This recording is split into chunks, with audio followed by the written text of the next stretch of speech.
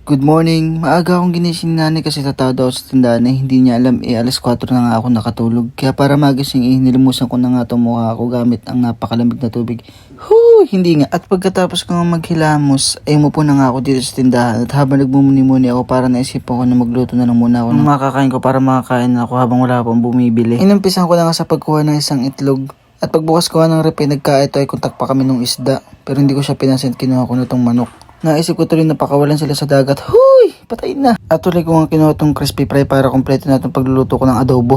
Hindi. Nasa kalagitnaan na nga ako na aking pagluluto nang biglang dumating si Kayla at bumibili ng 2 itlog. Tinanong ko nga pala muna si Kayla dito kung anong English ng itlog kasi hindi ko sa kanya bibigay ito binibili ng itlog kung hindi niya masasagot. Buti na lang nasagot naman niya kasi tanghali nang matapos kami.